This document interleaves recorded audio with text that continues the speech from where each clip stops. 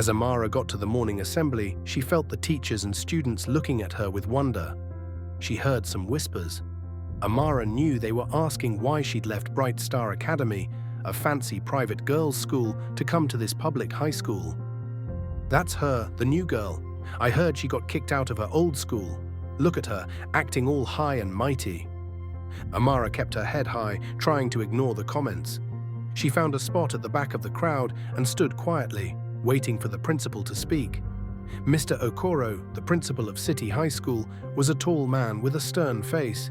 He stepped onto the small stage and cleared his throat loudly. "Good morning, students," he began, his voice booming across the field. "Today, we have a new student joining us. Amara, please come forward." Amara's heart raced as she made her way to the front. She could feel hundreds of eyes on her, judging her every move. "This is Amara," Mr. Okoro said. "She's joining us from Bright Star Academy. I expect all of you to make her feel welcome." As Amara stood there, she could hear the whispers grow louder. Bright Star Academy was well known, and many were wondering why she had left such a good school. After the assembly, Amara headed to her new classroom. She sat at a desk in the back, hoping to avoid attention. But as students came in, many of them stared at her openly. A girl with bright red hair sat down in the seat next to Amara. "Hi, I'm Ifeoma," she said with a friendly smile. "You're the new girl, right? From that fancy school?" Amara nodded, relieved to find someone who seemed nice. "Yes, I'm Amara. It's nice to meet you." "So," Ifeoma leaned in, her voice dropping to a whisper, "why'd you leave your old school? Must have been something big to end up here." Amara felt her face grow hot. She opened her mouth to answer, but before she could, a boy's voice cut through the noise of the classroom. "I bet I know why she left," he said loudly. "My cousin goes to Bright Star, says there was a huge scandal about a girl who was sleeping with teachers for grades. Bet that was you, wasn't it?" The classroom fell silent. All eyes turned to Amara, waiting for her answer.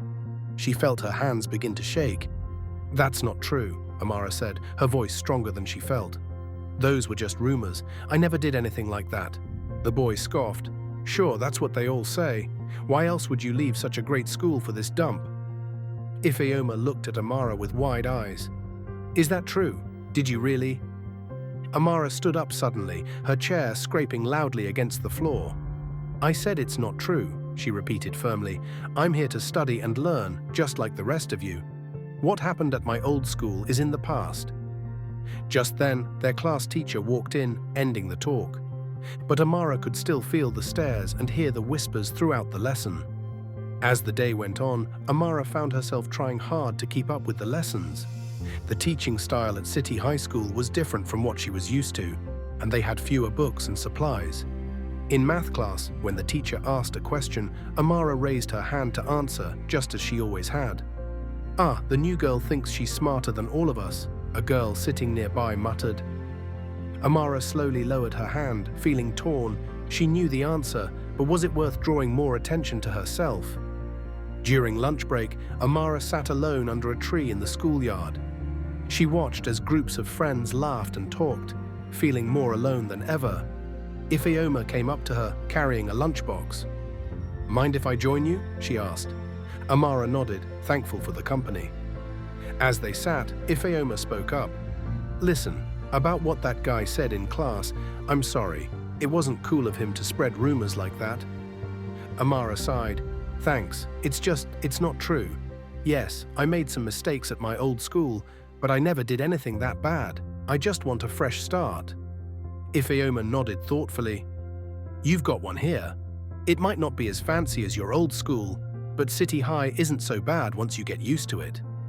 As they talked more, Amara felt a small spark of hope. Maybe she could find her place here after all. Weeks passed, and Amara slowly began to adjust to life at City High School. She kept her head down, focused on her studies, and tried to ignore the whispers and stares that still followed her.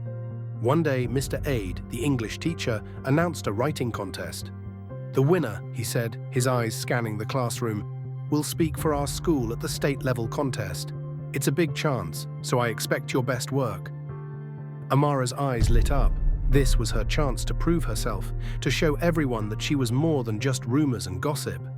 As soon as she got home, Amara threw herself into writing. She spent hours crafting her story, pouring all her feelings and what she'd been through into it. When she finally finished, she felt proud of what she had made. The day of the results came. Mr. Aid stood in front of the class, holding a stack of papers. "I've read all your work," he began, "and I must say, I'm impressed. But one stood out above the rest. The winner is Amara." The classroom erupted in whispers.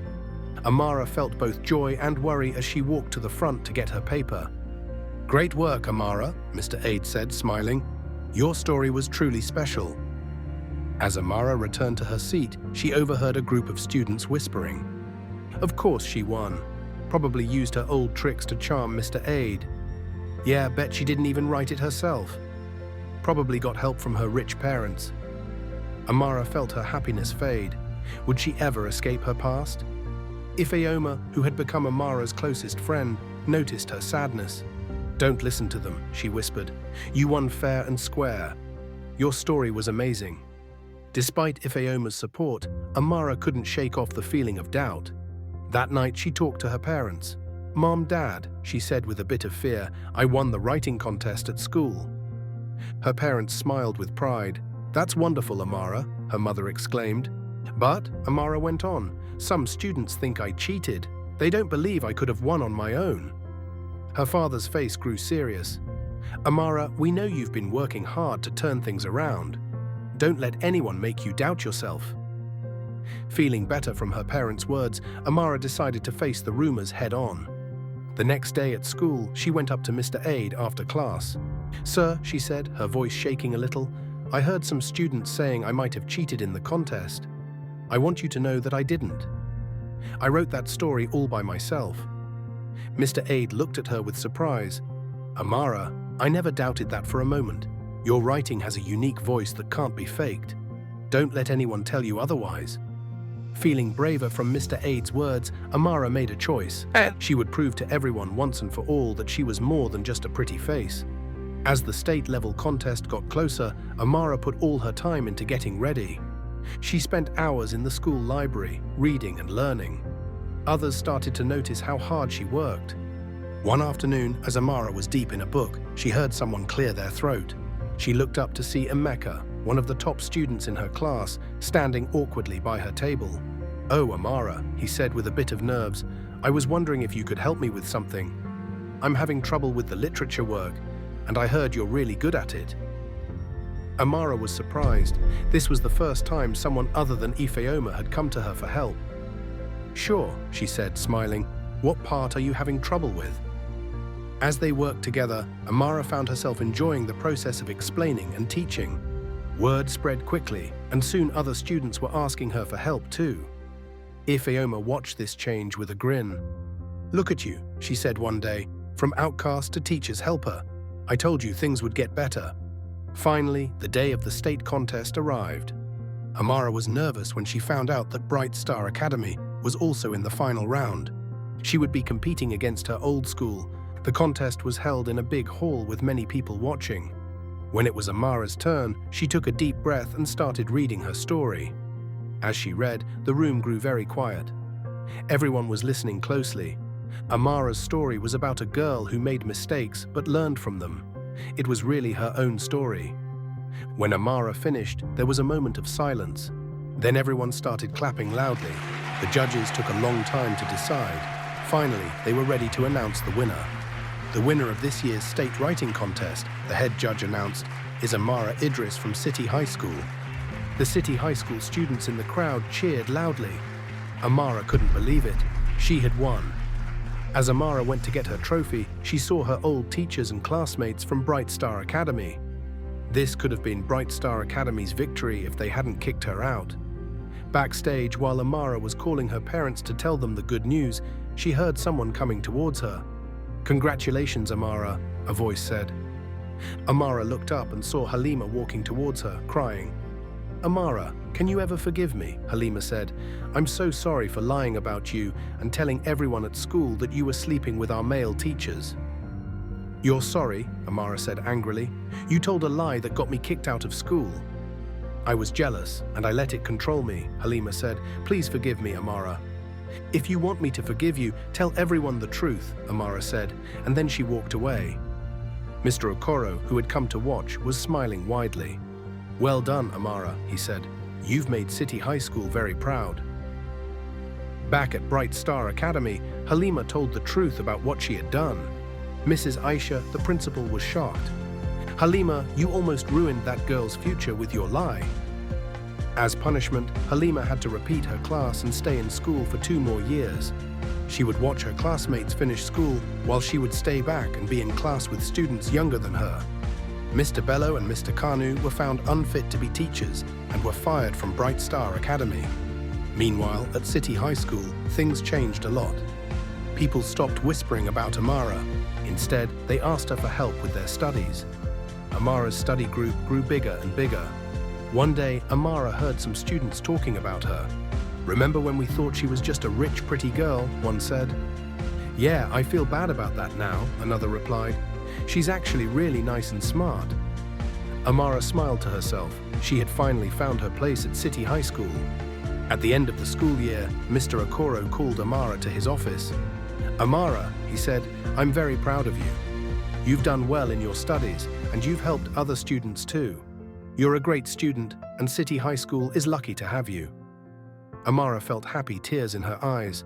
"Thank you, sir," she said. "City High gave me a second chance, and I'm grateful." As Amara left the office, she thought about everything that had happened. She had come to City High feeling alone and scared, but now she had good friends like Ifeoma, and she had proven that she was smart and hardworking. Amara learned that being pretty or smart wasn't enough. What mattered was how you used your gifts to help others. She also learned that it's okay to make mistakes as long as you learn from them. As she joined her friends for lunch, Amara felt truly happy. She knew there would still be hard times ahead, but she was stronger now, and she had good friends to help her. Amara was no longer just a pretty girl from Bright Star Academy. She was Amara from City High School, a good student, a helpful friend, and a state writing champion. And she was proud of who she had become. Thank you for watching, and I will see you in my next story.